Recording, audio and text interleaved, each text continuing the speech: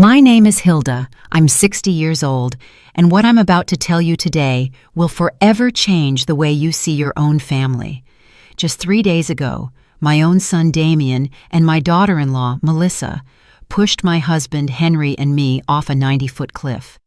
As I lay there broken and bleeding, I heard my husband's desperate whisper, "Hilda, don't move. Play dead." But that wasn't the worst of it. The worst was when Henry revealed the most terrible truth a mother could ever hear, a secret our children had kept for 25 years. For 4 decades, Henry and I built what we thought was the perfect family. We woke up every morning in our little suburban home where the smell of fresh coffee mingled with the sound of birds singing. I worked as a teacher at the local elementary school, and every afternoon I came home with stories of my young students. Henry had his carpentry shop where he created the most beautiful furniture you've ever seen. His hands, rough yet delicate, could transform a simple piece of wood into a work of art. We had 2 sons, Richard, our firstborn, and Damien, 5 years younger. Richard was the soul of the house, always laughing, always helping his father in the shop, always shielding me from any worries. Damien was different, more reserved, but I loved him with the same intensity. As a mother, you never play favorites, or at least, that's what I thought. On Sundays after church, the whole family would gather around our oak table, which Henry had carved with his own hands. Richard would tell us his plans to study engineering, while Damien would remain silent, just picking at the food on his plate. Life was simple but beautiful. In the evenings, Henry and I would walk the trail around our small town, talking about our dreams, how we'd watch our grandchildren grow, and how we'd grow old together in that very house. I never imagined those walks were training for the one that almost killed me. On weekends, I'd host family gatherings where my sisters, Harriet and Irene, would come with their husbands and children. The house would fill with laughter, kids running everywhere, women sharing recipes in the kitchen, while the men fixed something in the yard. Henry was my perfect partner. After 40 years of marriage, he still brought me wildflowers he'd pick on the way to work. He helped me grade my students' tests, and I would hold pieces of wood for him while he cut them in his workshop. We were a team, an unbreakable unit, or so I thought. At night, we'd sit on the porch to watch the stars, planning our future. We talked about traveling when we retired, seeing the ocean for the first time, building a smaller house once our kids started their own families. But perfect happiness, as I would discover years later, often hides the deepest tragedies. When Richard turned 20, something changed in our family. He began to argue with Damien about things I didn't understand. I'd hear them whispering in the hallway, and they'd fall silent when I appeared. Henry told me it was just brotherly stuff and that it would pass. I wanted to believe him because I needed to believe my family was still perfect. One night in October, exactly 25 years ago, Richard didn't come home for dinner. We waited until 11, then 12, then 1 in the morning. Damien was in his room, supposedly studying, but I noticed something strange in his eyes whenever I asked about his brother. Henry went out to search for him with our neighbors. They checked every corner of town, every trail, every place Richard used to go. At dawn, they found his body at the bottom of the river gorge. The police said it was an accident, that he had probably stumbled in the dark. I never questioned that version because I couldn't imagine that the truth was much more horrible. Richard's funeral was the darkest day of my life. I wore my only black dress, the same one I'd worn at my mother's funeral. Damien was strangely calm for someone who had just lost his older brother. While I cried until I had no tears left, he remained silent with an expression that now, after what I know, sends shivers down my spine. Henry never left my side all day, holding me up when my legs gave out, whispering words of comfort that I now know tasted bitter in his mouth. After Richard's death, Damien changed completely. He became more attentive, more loving, as if he were trying to make up for something. He helped me with chores, accompanied his father to the workshop, and brought me things when he saw I was sad. I thought it was his way of dealing with grief, of filling the void Richard had left behind. How naive I was. What he was really doing was building a perfect mask to hide the monster inside. The years passed, and the wound never fully healed, but we learned to live with it. Damien married Melissa, a sweet girl from the next town over, and they seemed happy. They had 2 beautiful children, and I finally felt like life was giving us a second chance at happiness. Melissa called me Mom and helped me with the housework when they visited. Damien had inherited his father's talent for carpentry and had his own business. Everything seemed perfect again, but now, lying at the bottom of this gorge with my ribs broken and the metallic taste of blood in my mouth, I understand that all that happiness was a carefully constructed lie. The first signs that something was wrong began 6 months ago when Henry and I decided to update our will. We had saved our entire lives, and between the house, the land I inherited from my parents, and our bank savings, we had nearly $200,000 to leave our children and grandchildren. It was Damien who suggested we visit the lawyer. "Mom, Dad, you're both 60 years old now. It's important to have everything in order," he told us with that smile that now seems sinister. Melissa would nod beside him, stroking my hand with those fingers that would later push me to my death. "We love you so much, and we want to make sure you're protected," she added in her sweet voice. How foolish I was to interpret those words as genuine love. The lawyer, an older man named Albert, whom we had known for years, explained the options. We could put everything in a trust, divide the inheritance among Damien's children, or simply make a traditional will. Damien insisted on naming him and Melissa as our sole heirs, arguing that they would handle the equitable distribution to the grandchildren. "Besides," he said, "you're going to need us when you're older. It's better for us to have access to the resources to take care of you properly." Something in his tone made me uncomfortable, but Henry seemed convinced. My husband, who had always been more trusting than me, accepted the proposal without much resistance. I had my doubts, especially since I remembered how Richard had always talked about helping us financially when we got older. My oldest son had plans, dreams of taking care of us when the time came. But Richard was gone, and Damien was our only surviving child. We signed the papers on a Tuesday afternoon. I remember Melissa was wearing a pretty green dress and gave me a big hug after the ceremony. "Now we're officially a united family forever," she whispered in my ear. Her words gave me a chill then, though I didn't understand why. Damien shook his father's hand with a smile that didn't reach his eyes. That night, as I made dinner, I couldn't shake the feeling that I had made a terrible mistake. The following weeks were strange. Damien and Melissa started visiting us more often, but their visits had a different feel. They no longer came just to spend time with family.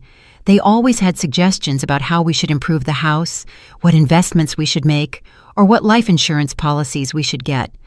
"Mom, you should think about selling this big house and moving somewhere smaller," Melissa said, while examining our furniture with calculating eyes. "We could help you find a comfortable apartment in town, but I loved our house.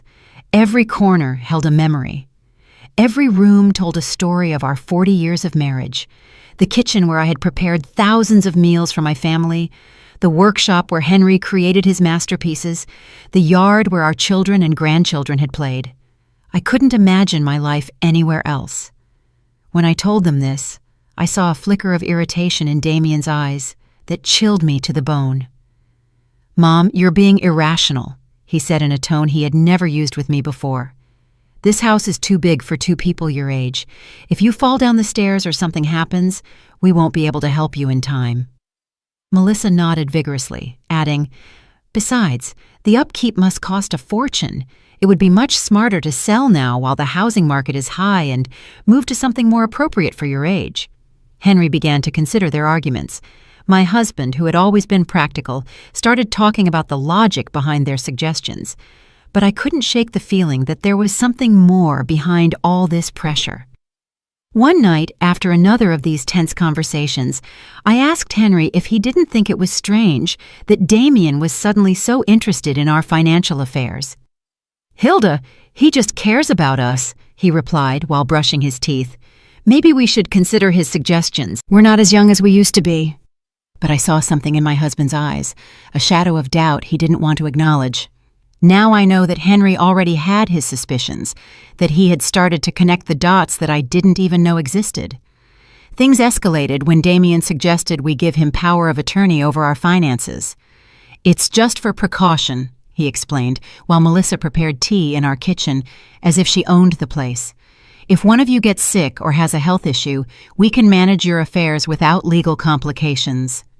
The way he said it, so naturally, so logically, it almost convinced me.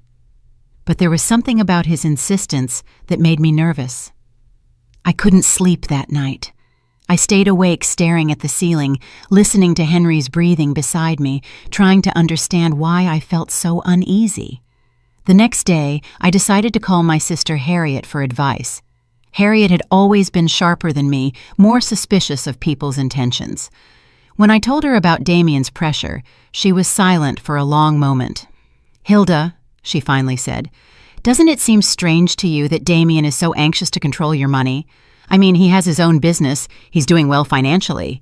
Why would he need so much control over your finances?" Her words hit me like a slap. She was right.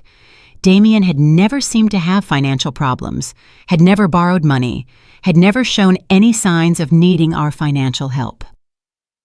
That afternoon, when Damien came for another of his talks about our future, I decided to confront him directly. "Son," I said as we sat in the living room, "why is it so important for you to have control over our financial affairs? Your father and I are still in our right minds." His reaction was immediate and telling. His face hardened, and for a moment I saw something in his eyes that reminded me of someone else, something cold, calculating, and dangerous. "Mom, it's not about control," he responded in a tense voice. "It's about love, care, and family responsibility." But the way he said family responsibility sounded more like a threat than an expression of affection. Melissa, who had been silent until then, intervened with her sweet but firm voice. "Hilda, we just want what's best for you. It's painful to see you worry about things we could easily handle." That night, after they left, Henry and I had our first serious argument in years. He thought I was being paranoid, that I was looking for problems where there were none. I insisted something wasn't right, that our son's behavior had changed too much. "Henry," I said as we washed the dishes, "do you remember what Damien was like before Richard died? He was different, more distant, more... I don't know how to explain it, but there was something about him that scared me." My husband stopped washing the plate in his hands and looked at me intently. In his eyes, I saw something I hadn't seen before. Recognition. "Hilda," he said in a very low voice, "there are things about Richard's death that I never told you." My heart began to pound so hard I thought it would beat out of my chest. Henry's words hit me like a lightning bolt. "What about Richard's death?" I asked with a trembling voice. My husband sat heavily in one of the kitchen chairs, the same table where we had shared thousands of family meals, where Richard used to do his homework, and where Damien had always remained silent. Henry ran his hands over his face as if he were trying to erase the memories that had tormented him for 25 years. "The night Richard died," he began in a broken voice, "Damien wasn't in his room studying like he told us. I saw him leave the house around 8 o'clock. I followed him because something about his attitude worried me. He'd been very strange those days, more aggressive, more resentful." My husband paused, looking at his hands as if the terrible truth he had kept for so long was written on them. "I saw them arguing by the gorge, Hilda. I heard them screaming horrible things at each other." My world began to spin. "What were they arguing about?" I whispered, even though part of me no longer wanted to know the answer. Henry looked up, and I saw tears in his eyes, tears he hadn't even shed at our oldest son's funeral. "About the inheritance, Hilda. Damien was furious because Richard was the oldest, because according to family traditions, he would inherit most of our assets. But there was something more, something about money that Richard had found." "What money?" I asked, feeling the ground vanish beneath my feet. Henry sighed deeply before continuing. 3 days before he died, Richard came to talk to me in the workshop. He had discovered that Damien had been stealing money from the family savings account. Small amounts at first, but then larger sums. Richard had proof. He'd been investigating for months. My mind refused to process what I was hearing. My youngest son, the one who had been so attentive after Richard's death, the one who helped and cared for us, had been stealing from us since before his brother died. "Why didn't you ever tell me?"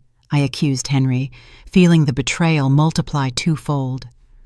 "Because when I got to the gorge that night, it was already too late," he replied in a choked voice. "I saw Damien standing next to Richard's body. Our youngest son was trembling, crying, and repeating over and over, 'It was an accident! It was an accident!' He looked at me with those desperate eyes and begged me to help him. 'Dad,' he said, 'Richard tripped when he was trying to hit me. I just defended myself, and he lost his balance.' Tears ran down my cheeks uncontrollably. 'But you believed him,' I murmured, even though I already knew the answer. Henry nodded slowly, with an expression of guilt that had gnawed at him for decades. 'He was my son, Hilda. My youngest son was asking for my help, and Richard was already dead. I couldn't bring one back to life by destroying the other. I thought it was really an accident, that Damien had learned his lesson, that he would become a better man after this.' 'And the stolen money?' I asked, needing to know every detail of this nightmare. Damien promised he would pay it back little by little, that he had taken the money to invest in a business that had gone wrong. He swore he would never do something like that again. And I believed him, Hilda. God forgive me, but I believed him because I needed to believe my son wasn't a killer. I got up from the table, stumbling, holding on to the wall so I wouldn't fall. Everything I had believed about my family, about my surviving son, about the last 25 years of my life, was a lie. 'Did he pay the money back?' I asked, although I already knew the answer from the look on Henry's face. 'Never,' he replied. 'In fact, he kept stealing. Small amounts that I pretended not to notice, because confronting him would mean admitting I had covered up a murder. I became his accomplice, Hilda. Every time I stayed silent, every time I pretended not to see the bank accounts dwindle, I became more of his accomplice. The horrible reality began to take shape in my mind. That's why he's so interested in controlling our finances now,' I murmured. 'It's not because he cares about us. It's because he wants to finish what he started 25 years ago.' Henry nodded gravely. 'And there's something else, Hilda. Something I just discovered a few weeks ago.' 'What else could there be?' I asked, feeling like my heart couldn't take any more revelations. Henry went to his desk and pulled out some papers he had been hiding under other documents. 'I've been discreetly investigating Damien's finances. His carpentry business isn't doing as well as he wants us to believe. In fact, he's on the verge of bankruptcy. He owes more than $100,000 to several banks and suppliers.' The papers trembled in my hands as I read the numbers. Damien wasn't the successful man he pretended to be. He was a desperate failure who had been living on lies and stolen money for decades. 'Does Melissa know all this?' I asked, remembering her sweet smile and loving hugs. 'I'm sure she does,' Henry replied. 'I've noticed how she directs the conversations when they talk about our money, how she asks specific questions about our savings, the value of the house, our life insurance policies. They aren't innocent questions, Hilda. They are questions from someone calculating exactly how much our death is worth.' That sentence chilled me to the bone. 'Our death,' I repeated in a whisper. It was the first time I had considered that Damien might want to cause us physical harm. Until that moment, I thought he just wanted to rob or cheat us. But if he had killed his own brother for money, what would stop him from killing his parents for the same reason? 'Henry,' I said, grabbing his hands, 'we have to go to the police. We have to tell them the truth about Richard and about what's happening now.' But my husband shook his head with a look of hopelessness that broke my heart. 'With what evidence, Hilda? I'm an accomplice to covering up a murder. If I talk now, I'll go to jail too. And besides, who's going to believe an old man of 65 who has been keeping this secret for 25 years? He was right. Do we just wait for him to kill us like he killed Richard? We're going to be very careful, Henry said, trying to sound more confident than he really was. We're going to find a way to protect ourselves, to gather evidence to... But his words were interrupted by the sound of the phone. It was Damien. "Hi, Mom," he said with that sweet voice that now sounded sinister to me. "Melissa and I were thinking, and we believe it would be beautiful to celebrate your 40th wedding anniversary with something special. How about we take you to those mountains you've always talked about next weekend? We could go on a family hike, take pictures, and have a perfect day together." My blood turned to ice. I looked at Henry, who had heard the conversation and had the same look of terror on his face. "That's a very sweet idea, son," I managed to reply in a trembling voice. "But let us think about it, and we'll get back to you tomorrow."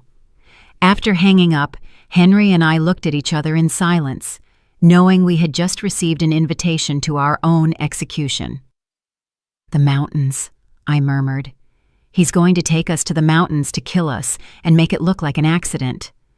Henry nodded gravely, just like he did with Richard at the gorge. That night, we didn't sleep a minute, holding each other in our bed, planning how we could save ourselves from our own son. The next few days were a nightmare of terror and pretense. Henry and I had to act as if nothing had happened when Damien and Melissa came to visit, smiling when they talked about the mountain trip, nodding when they excitedly told us they were going to spend time with family. But inside, every fiber of my being screamed with fear. I knew I was looking into the eyes of my oldest son's murderers, and that now they were planning to do the same to me and my husband.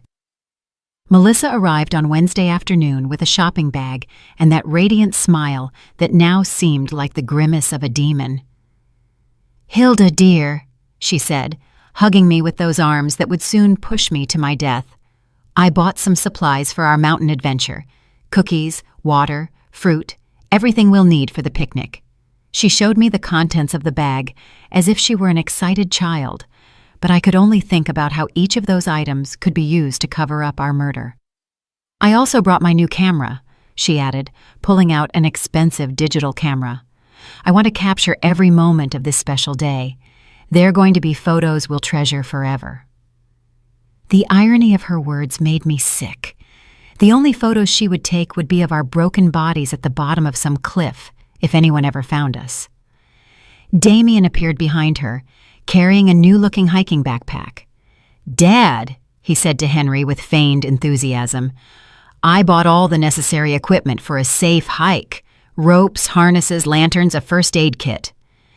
Every word that came out of his mouth sounded like a cruel mockery. Safety equipment to plan our murders. The perversity of the situation made me dizzy. "Isn't it a bit dangerous for people our age?" I asked, trying to sound casual while looking for any excuse to cancel the trip. Melissa stroked my cheek with that false tenderness that churned my stomach. "That's why we chose a very easy and safe trail," she assured me. "It's a hike even kids can do. Plus, Damien and I will be there to take care of you the whole time." Yes, they would be there to take care of us until the exact moment they decided to push us off a cliff. That night, when they finally left, Henry and I sat in our living room, trembling not just from the cold, but from the absolute terror we had been holding back for hours. "We can't go," I said, grabbing his hands. "We just can't. We'll make up some excuse." "If we don't go," Henry replied in a grave voice, "they'll find another way to kill us. Maybe something that looks even more accidental, like a house fire or a robbery gone wrong. At least in the mountains, we know what they're going to try to do." His words had a terrible logic, but they didn't comfort me at all. "So, what do you suggest?" I asked, desperate to find some solution that would save our lives. Henry was thoughtful for a few minutes before answering. "We're going to go, but we're going to be prepared. I'm going to hide my cell phone and set it to record everything that happens.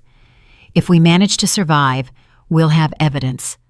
And if we don't," his voice broke, "at least someone will know the truth."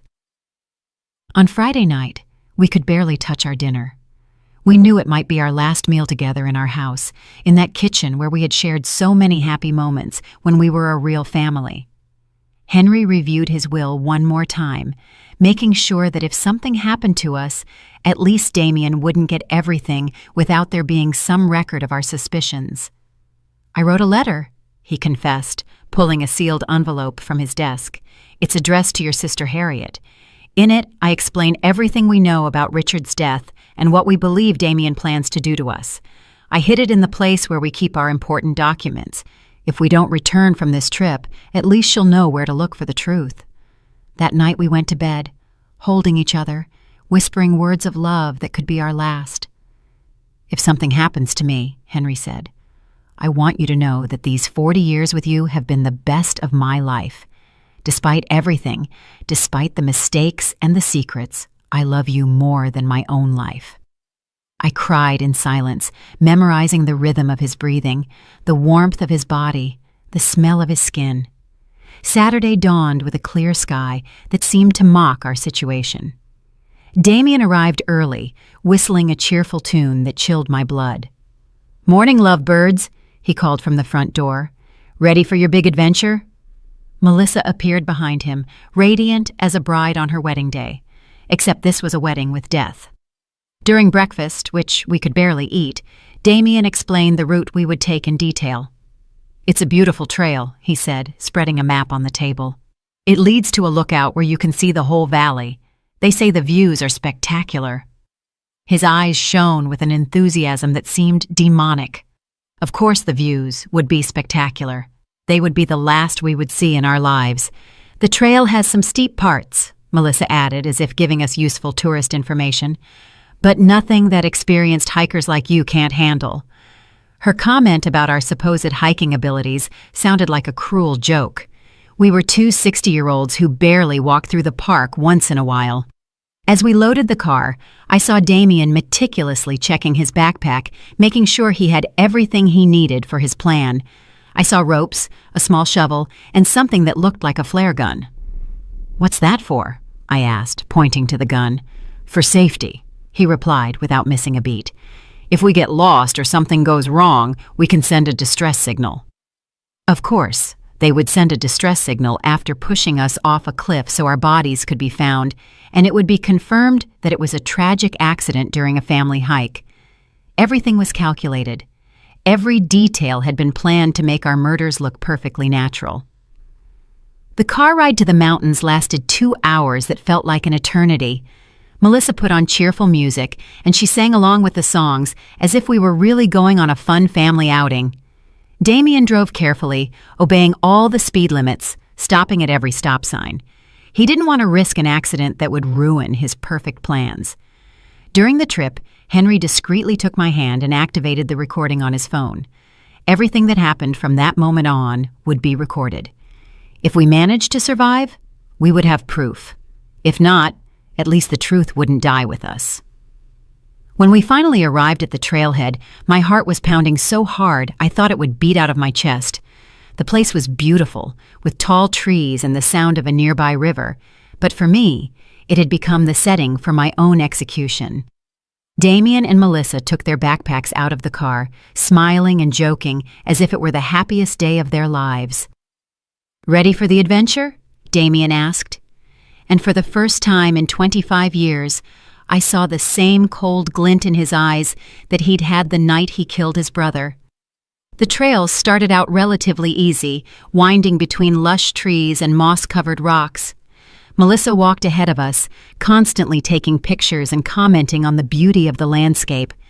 "Look at those wildflowers!" she exclaimed, pointing toward bushes full of yellow blossoms.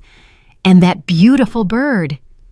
Her performance was perfect, that of a loving daughter-in-law enjoying a special day with her in-laws.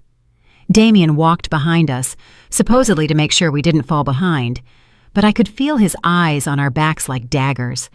Every time I turned to look at him, he smiled with that grin he had perfected over 25 years of lies. "How are you doing, Mom and Dad?" he would ask with fake concern. "Need to stop and rest?" After an hour of hiking, we began to climb a steeper part of the trail. My legs already felt heavy, and Henry was breathing with difficulty. We weren't used to this kind of exercise, and our murderous children knew it perfectly. They had chosen a route that would physically exhaust us, making us vulnerable for when the time came to execute their plan. "We're almost at the lookout," Melissa announced. Although according to the map I had seen at home, we still had at least another hour of hiking. Her lie confirmed that they had no intention of reaching the real lookout. The place where they planned to kill us must be much closer. During the hike, I tried to memorize every detail of the trail, every tree, every rock that could serve as a reference if I managed to survive, and needed to explain to the police exactly where everything had happened. Henry was doing the same, and we occasionally exchanged glances loaded with terror and determination. We knew we were walking toward our deaths, but we also knew it was our only chance to get evidence against our murderers. "Oh, look at that!" Melissa suddenly shouted, pointing to a rock formation that loomed to our right. "That cliff has an incredible view. Why don't we climb up there to take some special photos?" My blood ran cold. There it was, the place they had chosen for our murder. The cliff rose about 90 feet above the main trail, accessible by a secondary path that seemed much more dangerous than the one we had been following. The rocks were loose. There were fewer trees to grab onto in case we stumbled. And from the top, you could see a precipice that fell into a deep gorge full of jagged rocks. "I don't know if that's a good idea," I said, trying to sound casual. "That trail looks pretty dangerous for people our age." But Damien had already started walking toward the turnoff, carrying his backpack full of safety equipment that I knew he wouldn't use to save us. "Come on, Mom," he said with that voice he used when he was a kid and wanted to convince me of something. "It'll only take a few minutes. Besides, Melissa's right. The photos from up there are going to be spectacular." The way he said spectacular made me tremble. They would be spectacular for whoever saw them afterward, as evidence of our accident.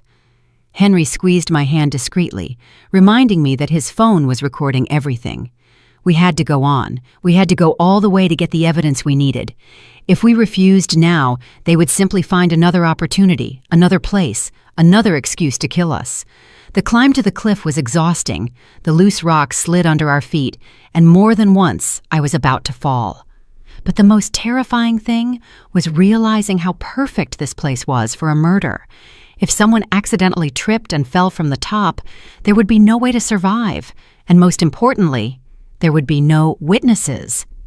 "Almost there!" Melissa shouted from above, where she had already arrived with the agility of someone who had planned this route carefully. Damien followed her and then helped Henry and me complete the last few feet of the climb.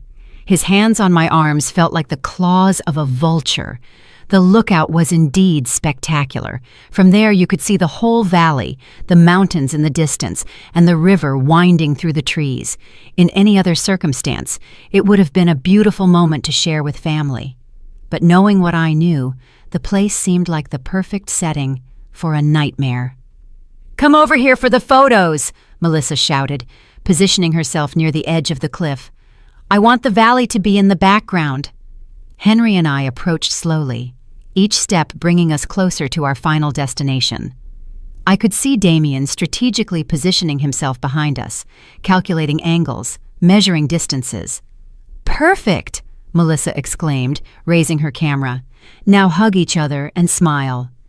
Henry and I hugged, probably for the last time, while she took picture after picture. Every flash of the camera seemed like a lightning bolt, announcing the storm that was about to come. "Take one more," Damien suggested, moving closer to us. "But this time, stand back a little so the landscape looks better." One step back meant being exactly on the edge of the precipice. Henry and I exchanged a look. The time had come. We moved back as we were told, feeling the solid ground disappear under our feet and only the emptiness of the abyss remaining behind us. Melissa raised the camera one more time, but this time I saw something different in her eyes. There was no longer any need to pretend. The mask had fallen. "Smile," she said in a voice that was no longer sweet at all. "This is going to be your last photo." At that moment, Damien lunged toward us with his arms outstretched. The plan was simple: push us backwards so we would fall into the void, take some photos of the accident, and then go down to discover our broken bodies. But Henry had been preparing for this moment. In the last second, he managed to grab Damien's wrist and pull him forward.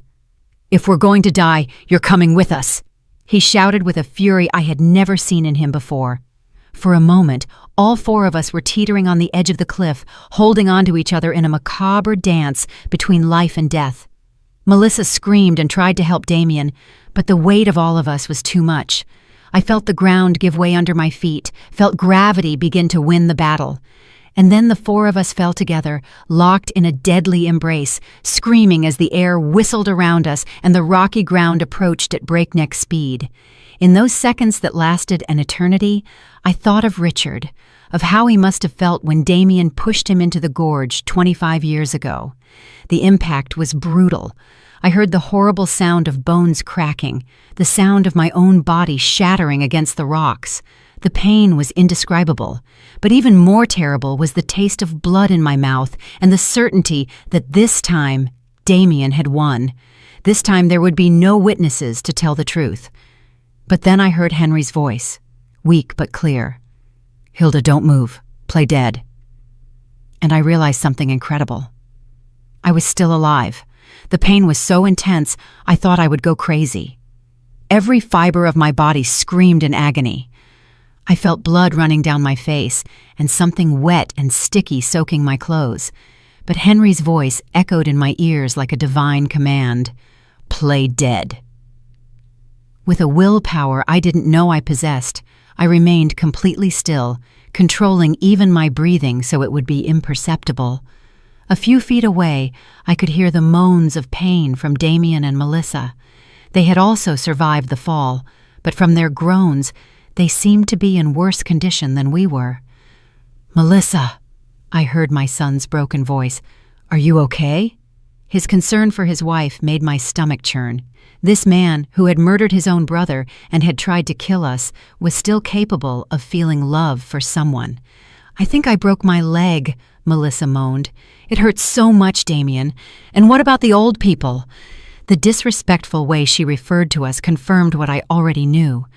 We had never been family to her. We were just obstacles on her way to our money. I heard movement, as if Damien were crawling toward us. My heart was beating so fast I was afraid he would hear it. "They're dead," he announced after a few minutes that felt like hours. "Both of them have their eyes open, but they're not breathing." His lie filled me with a strange hope. If he believed we were dead, maybe we would have a chance. "Perfect," Melissa whispered with a satisfaction that chilled my blood. "It worked just like we planned." "Well, except for the part where we fell, too." I heard her bitter laugh. "At least we won't have to pretend we love them anymore." For the next few minutes that felt like an eternity, Damien and Melissa discussed their situation. Both were injured, but they could move. The plan now was to crawl until they found a place from which they could call for help and then tell the story of how they had miraculously survived a tragic accident that had killed their poor grandparents. "Remember the story," Damien said to Melissa. "We were taking pictures when a rock came loose under Dad's feet. He tripped, and trying to grab on, he pulled Mom with him. We tried to help, but we fell too. It's important that our stories match." "I know," Melissa replied. "We've practiced this 100 times. We're the traumatized survivors of a family tragedy. Poor us. We lost our dear in-laws in a horrible accident." Her performance was so convincing that if I hadn't lived the truth, I would have believed every word. Gradually, their voices faded as they crawled toward what they hoped would be their salvation. When silence finally fell, Henry whispered my name so low I could barely hear it. "Hilda, are you okay?" I answered in the same whisper, confirming that I was alive but terribly injured. "My left leg is broken," he told me in a voice choked with pain, "and I think I have a few fractured ribs. What about you?" I did a mental inventory of my body. I felt a stabbing pain in my right arm. My head throbbed as if someone were hitting it with a hammer, and there was definitely something wrong with my shoulder. But I was alive, and that was more than I had hoped for. "We're bad, but we're alive," I whispered. It works, but there's no signal down here. That was the most terrifying part of our situation. We were alive but trapped at the bottom of a gorge, injured, and with no way to communicate with the outside world. If no one came to look for us, we would die here slowly from thirst, hunger, or our wounds. "Henry," I whispered, "before it's too late, I need you to tell me everything. Everything that really happened the night Richard died." My husband sighed deeply, as if he had been waiting for this moment for 25 years. "That night," he began in a trembling voice, "Richard came to find me in the workshop. He was furious. He had papers in his hands, bank statements. He showed me evidence that Damien had been stealing money from our accounts for months. Small amounts at first, then larger sums. Richard had been investigating because he had noticed discrepancies in our savings."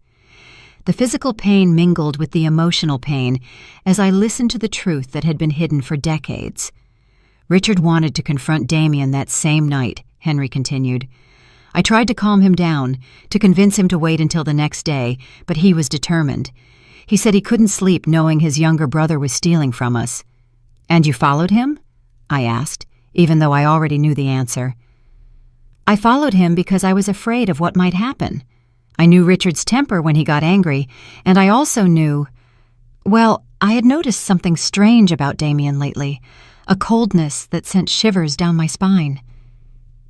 "When I got to the gorge," Henry continued, "I found them screaming at each other. Richard had the papers in his hand, waving them in Damien's face. 'You're a thief!' he was yelling. 'You're stealing from our own parents!' Damien denied everything. He said Richard was crazy, that he was making things up." My heart raced as I imagined the scene. My two sons facing off in the dark, one accusing the other of betrayal. "What happened next?" Henry paused for a long time before continuing. "Richard told him that if he didn't return the money and confess everything to us, he would tell us the truth himself. Damien went berserk. He yelled that Richard had always been the favorite, that he had always had everything easy, that it was time for things to change." And then Henry's voice broke. "Damien pushed Richard. It wasn't an accident. He pushed him with all his strength, deliberately. I saw Richard trying to keep his balance, saw his arms flailing desperately, looking for something to grab onto. But it was too late." Tears streamed down my cheeks, mixing with the blood from my wounds. "Why did you never tell me the truth?" Henry sighed deeply. "Because when I got to where Damien was, he was crying, trembling, telling me over and over that it had been an accident, that he hadn't meant to do it. He begged me not to tell you anything, that he couldn't lose you too." "But you knew it was a lie," I murmured from the bottom of my heart. "Yes, but he was my son, Hilda, my only surviving son. How could I turn him over to the police? How could I destroy what was left of our family?" His justification hurt as much as my physical injuries. "And the stolen money?" I continued. "Damien promised me he would return it little by little. He swore it had been a bad decision, that he had been desperate, that it would never happen again. But he never returned a single penny. In fact, he kept stealing, and I kept quiet because every day that passed made me more of an accomplice to his crime." Just then, we heard voices in the distance. Damien and Melissa had managed to find help. Soon rescue teams would be here, and our murderous children would play the role of their lives, the traumatized survivors of a family tragedy. The voices got closer and closer, accompanied by the sound of helicopters flying over the area. The rescue team had arrived, and with them came the most crucial moment of our lives. Henry and I had to make a decision in a matter of minutes. Should we continue to pretend to be dead until we found the perfect opportunity to reveal the truth, or risk being rescued along with our murderers? "Hilda," Henry whispered urgently. "The phone recorded everything that happened up there. We have Melissa's confession about the plan. We have Damien admitting that we are obstacles. We have everything. But if they find us alive now, they can destroy the evidence before we manage to hand it over to the authorities." He was right. If Damien and Melissa realized that we had survived and heard their confessions, they would find a way to silence us forever. This time, it wouldn't be an accident. It would be something much more direct and definitive. We had to wait for the perfect moment. "They're down here!" Damien's voice shouted from above. "My parents! Please, hurry!" His performance was perfect, his voice broken with pain and despair. If I hadn't known the truth, I would have believed he was a son devastated by the loss of his parents. "Sir, stay calm," an authoritative voice replied, which must have belonged to the head of the rescue team. "We're going to come down to evaluate you. You and your wife can move." I heard the sound of ropes and equipment being prepared for the descent. Melissa had perfected her role as the grieving widow. "I can't believe this happened," she sobbed. "We were taking pictures, so happy. It all happened so fast. A rock came loose, and they fell." Every word was a stab in my heart because I knew she would repeat those same words to the police, to the media, to anyone who wanted to hear her version of events. The rescuers began to descend. I could hear their voices getting closer, the sound of their boots against the rock, the clinking of their equipment. Henry discreetly squeezed my hand, reminding me that we had to keep up the act no matter what happened. "They're here!" one of the rescuers shouted upon finding us. "We have 2 people at the bottom of the gorge!" He approached us and began to examine us. I kept my eyes closed and my breathing so shallow it was almost imperceptible. I felt his hands looking for a pulse on my neck, his ear close to my mouth, trying to detect breathing. "This one still has a faint pulse," he announced, referring to Henry. "The woman, I'm not sure. I need the medical team down here immediately." My heart raced. The plan was working. They would believe that Henry was on the verge of death but still alive, while I would be close enough to death to not be an immediate threat. For the next few minutes, which felt like hours, the paramedics worked on us. I felt them put an oxygen mask on me, check my wounds, and secure me to a stretcher. The whole time I had to fight against every instinct in my body that screamed at me to open my eyes, to ask for help, to stop pretending. "The man is stable but critical," I heard one of the paramedics report over the radio. "The woman is in very serious condition. Pulse is almost imperceptible. We need to transport them to the hospital immediately." Perfect. They would take us to the hospital where we would have the opportunity to talk to the authorities without Damien and Melissa being able to silence us. During the ascent on the stretchers, I could hear Melissa's feigned sobs and the words of comfort that the rescuers offered her and Damien. "You were so brave to survive this," someone said to her. "It's a miracle that you're relatively okay." If only they knew that the real miracle was that Henry and I were alive to tell the truth. In the medical helicopter, as we flew toward the hospital, I could feel Henry's presence on the stretcher next to mine. The paramedics were focused on keeping him stable, and from their conversations, I understood that he was in critical condition.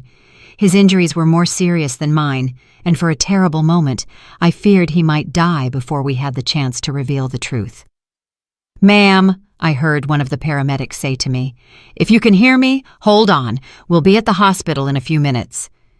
His voice was gentle, full of a genuine compassion that contrasted dramatically with the falsehood I had been hearing from my own family. When we arrived at the hospital, the chaos was immediate. Doctors and nurses ran from one side to the other, shouting medical orders I didn't understand. I was taken directly to an emergency room where they began to work on my injuries. I had to keep pretending to be unconscious, but I also had to find a way to communicate with someone I could trust. "Doctor," I heard a nurse say, "her vital signs are strange. Her pulse is stronger than we would expect for someone in her supposed condition." My heart skipped a beat. They had discovered me.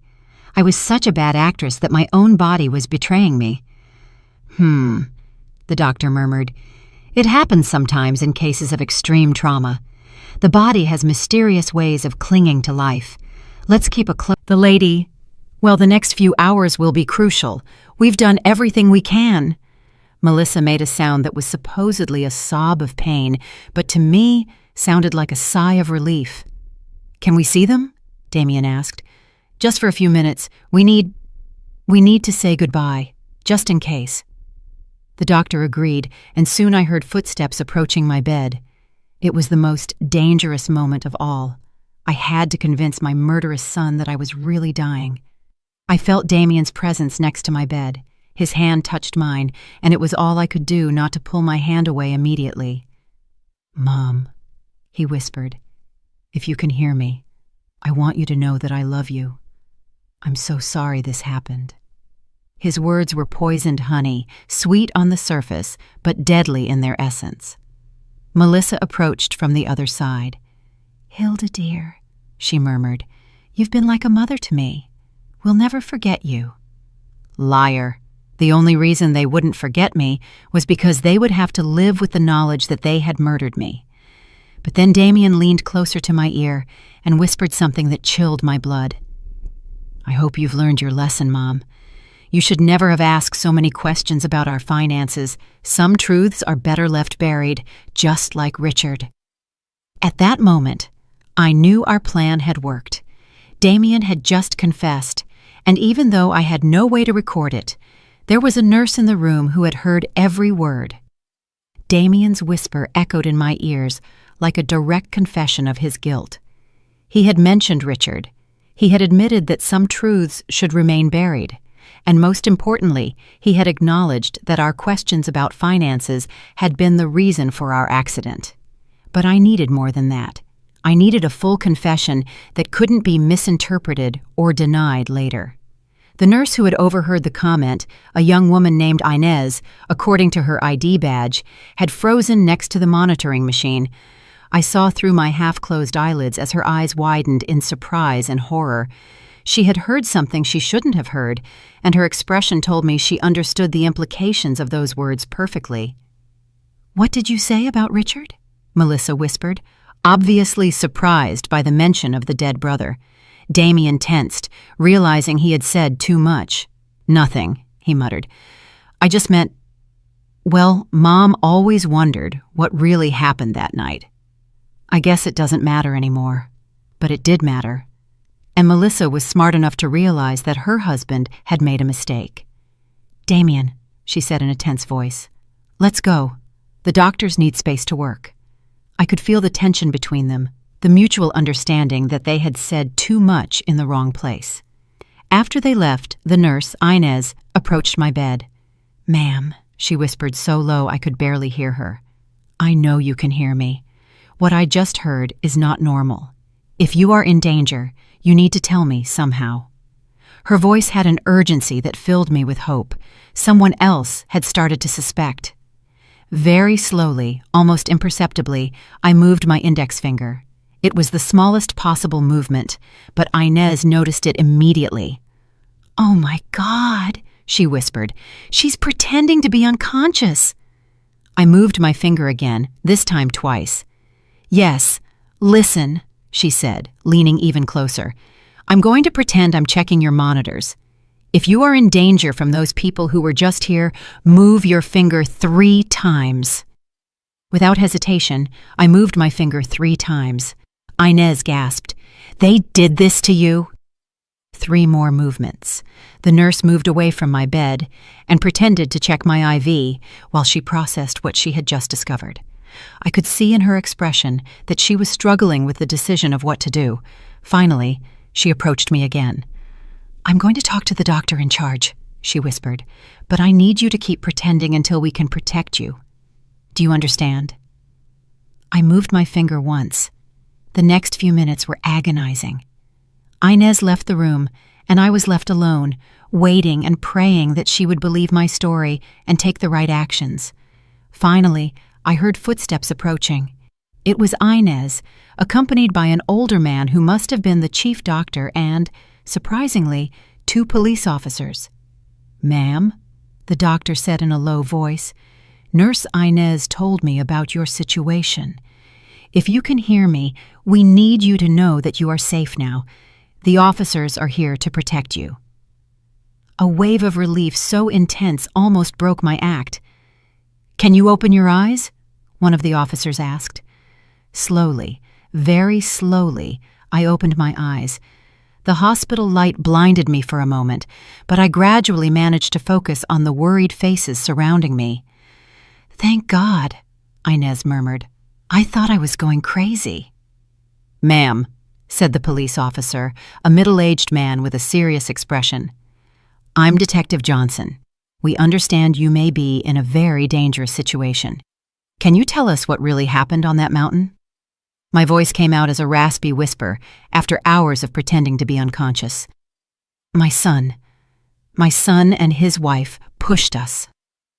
The next few hours were a whirlwind of statements, recordings, and revelations. I told Detective Johnson everything I knew: Richard's death, Damien's thefts, the pressure to change our will, and finally the plan to murder us on the mountain. But the most important thing was the recording on Henry's phone. "Your husband has recorded evidence?" the detective asked, his eyes gleaming. "Yes," I replied. "Everything is on his phone. The confessions, the plans, everything." The detective immediately went to the room where Henry was being treated. Henry had regained consciousness an hour after me, and when the detective explained the situation, he handed over his phone without hesitation. "Here's everything," he said in a weak but firm voice. 25 years of lies and the truth about what happened today." While the police technicians analyzed the recording, Damien and Melissa remained in the waiting room, playing their part as devastated family members to other hospital visitors. They had no idea that their careful performance was about to end forever. "The recording is clear," the detective announced after an hour. "We have explicit confessions about Richard's murder, admissions about stealing money, and direct evidence of premeditated attempted murder against you two. It's more than enough to arrest them." "But are you going to arrest them here?" I asked, concerned about our safety. "If they realize we're alive and talking." The detective nodded, understanding my concern. "We already have officers in position. As soon as we have the arrest warrant signed, we'll take them in. In the meantime, you are both under police protection." The irony of the situation was not lost on me. Damien and Melissa were down there, probably talking to other patients' relatives, receiving condolences for our deaths, planning how to handle our funeral and inheritance. They had no idea that upstairs in the hospital rooms, we were tearing down their carefully constructed world of lies. "Is there anything else?" the detective said, pulling out a folder of papers. "After hearing your story, we investigated your son's finances. Not only is he bankrupt as you suspected, but he also owes money to some very dangerous people, unofficial lenders who don't take excuses." My blood ran cold. "You mean that we weren't just inconvenient to him?" He confirmed it, the detective said. "You were his only salvation.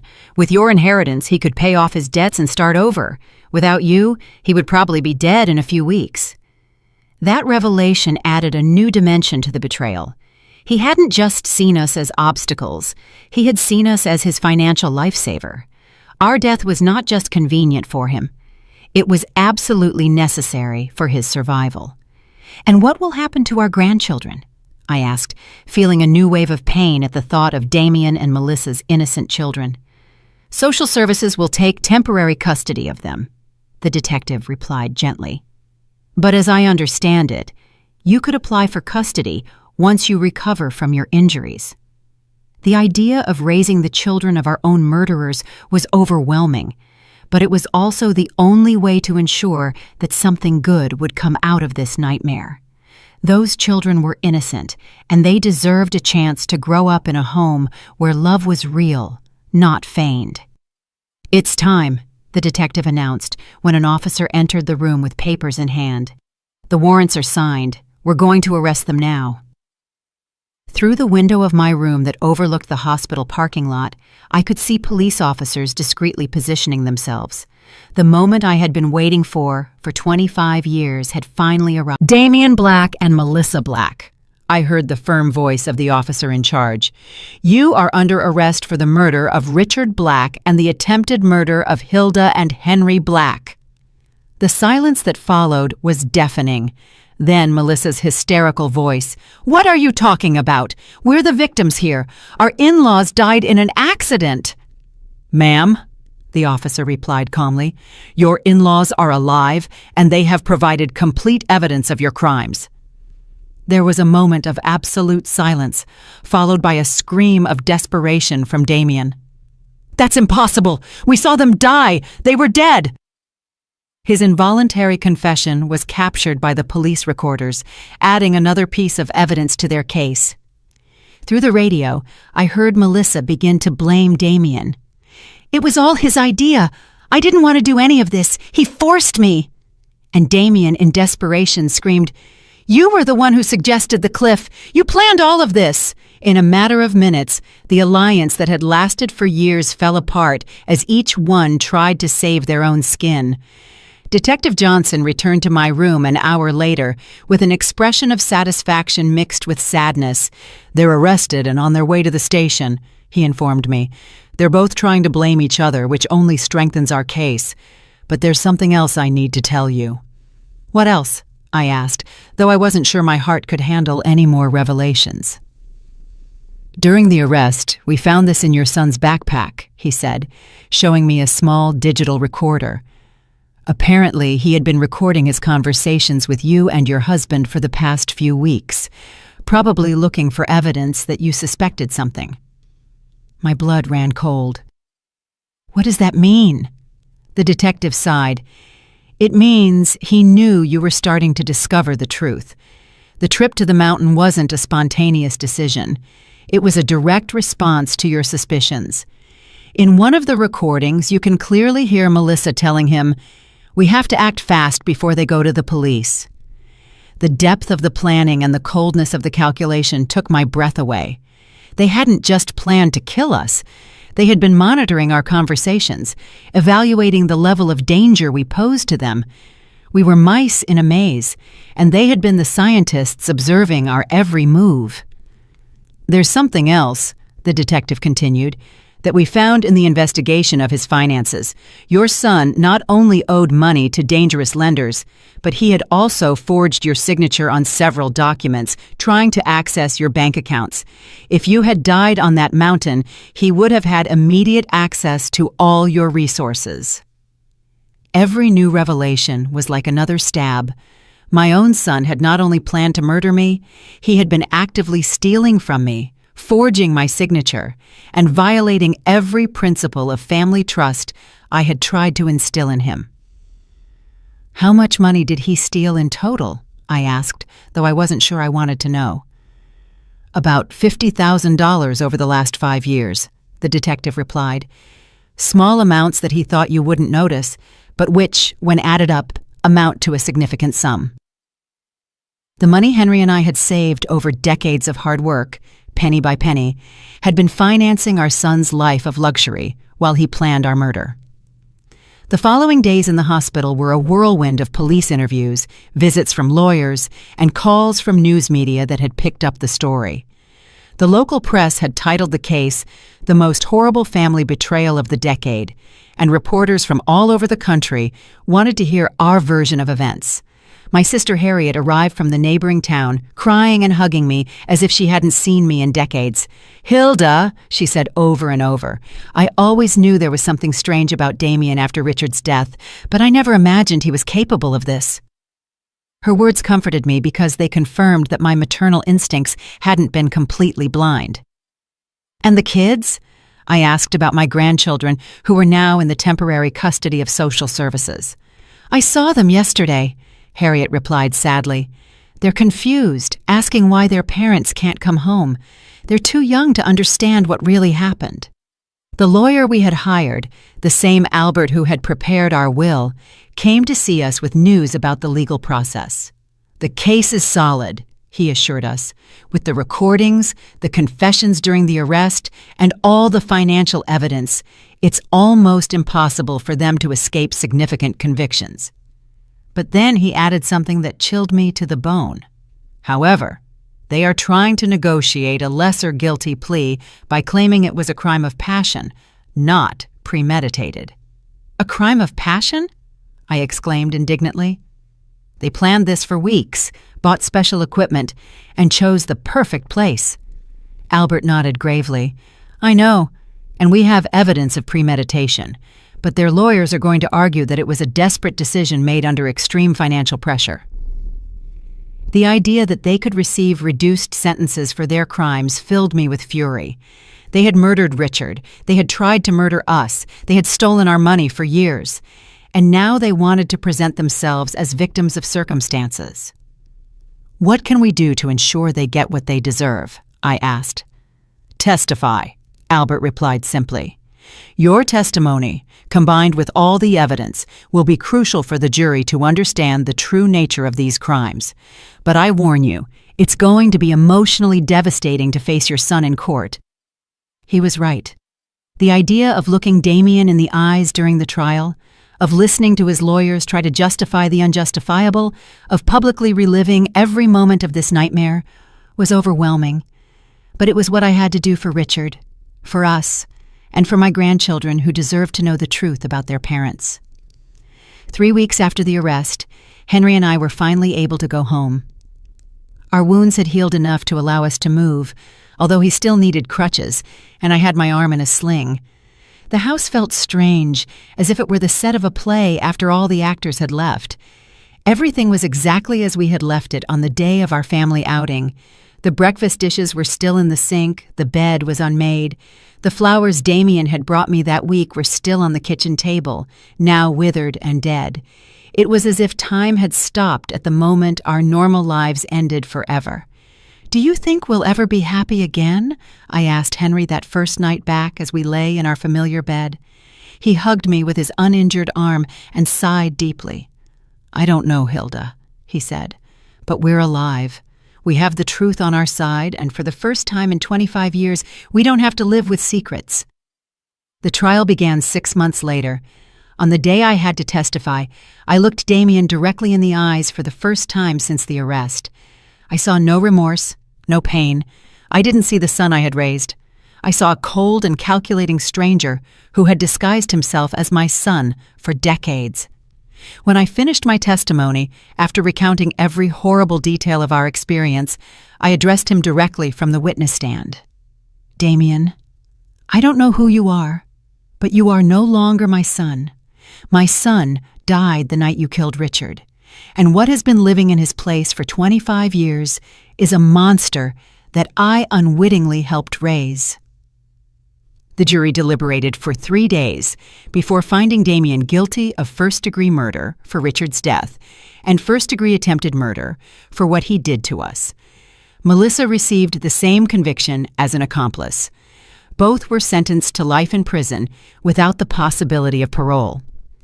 Now, 1 year later, Henry and I have begun the process of formally adopting our grandchildren. They are beautiful and innocent children who deserve a chance to grow up knowing what true love is, not the manipulative and toxic love they received from their biological parents.